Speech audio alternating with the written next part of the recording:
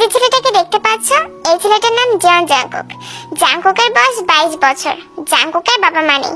এই 21টা বছর জিহাপি তাকে মানুষ করেছে। এখন তোমরা অনেকেই কনফিউজড হতে পারো যে জাংকুকের বাবা মা কোথায়। জাংকুকের বাবা মা কি মারা গিয়েছে? তারা যদি মারা যায়ও তাহলে কিভাবে মারা গেল? ওকে, তো তোমাদের সবার কনফিউশন দূর করার জন্য চলো আমরা একবার অতীত থেকে ঘুরে আসি। ফ্ল্যাশব্যাক। আজকে আমি তার ওয়াইফ জিন আর ছোট ছেলে জাংকুককে নিয়ে গাড়িতে করে ঘুরতে বের হয়েছে, কারণ আজকে তার ছোট ছেলে জাংকুকের বার্থডে।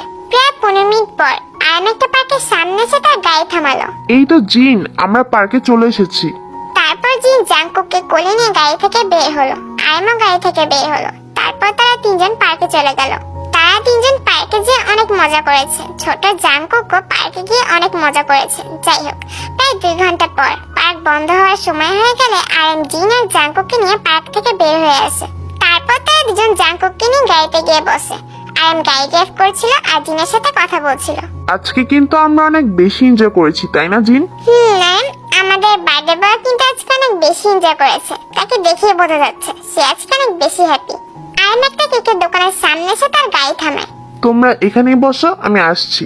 তারপর আয়াম জিন আর জাংকুককে গাড়িতে রেখে কেকের দোকানটাতে চলে যায়। প্রায় 7-8 মিনিট পর আয়াম গাড়িতে এসে বসে। আয়ামের হাতে একটা কেকের বক্স। আয়াম গাড়িতে উঠে তাদের বাসার উদ্দেশ্যে রওনা দিয়ে দেয়। এদিকে জিন জাংকুকের সাথে কথা বলছিল। দেখেছো জাংকুক, বাবা তোমার জন্য কেক নিয়ে এসেছে। এই কেকটা তুমি, তোমার বাবা আর আমি বাসায় যে একসাথে কাটবো, ওকে? এখন রাত হয়ে গিয়েছে।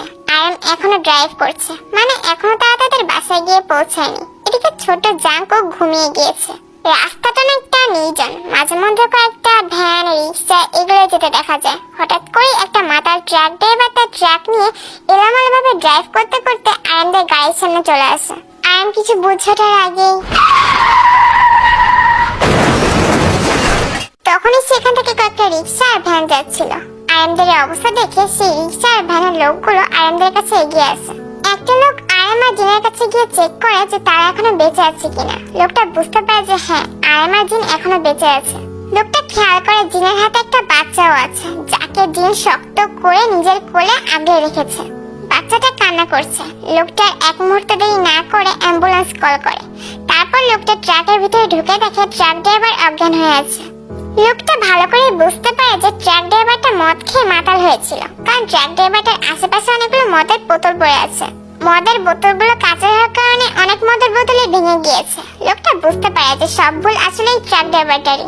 লোকটা সবকিছু বুঝতে পেরে পুলিশকে কল করে। 5 মিনিট পর অ্যাম্বুলেন্স, পুলিশের গাড়ি একসাথে অ্যাক্সিডেন্টের জায়গায় এসে হাজির হয়। পুলিশ লোকটার কাছ থেকে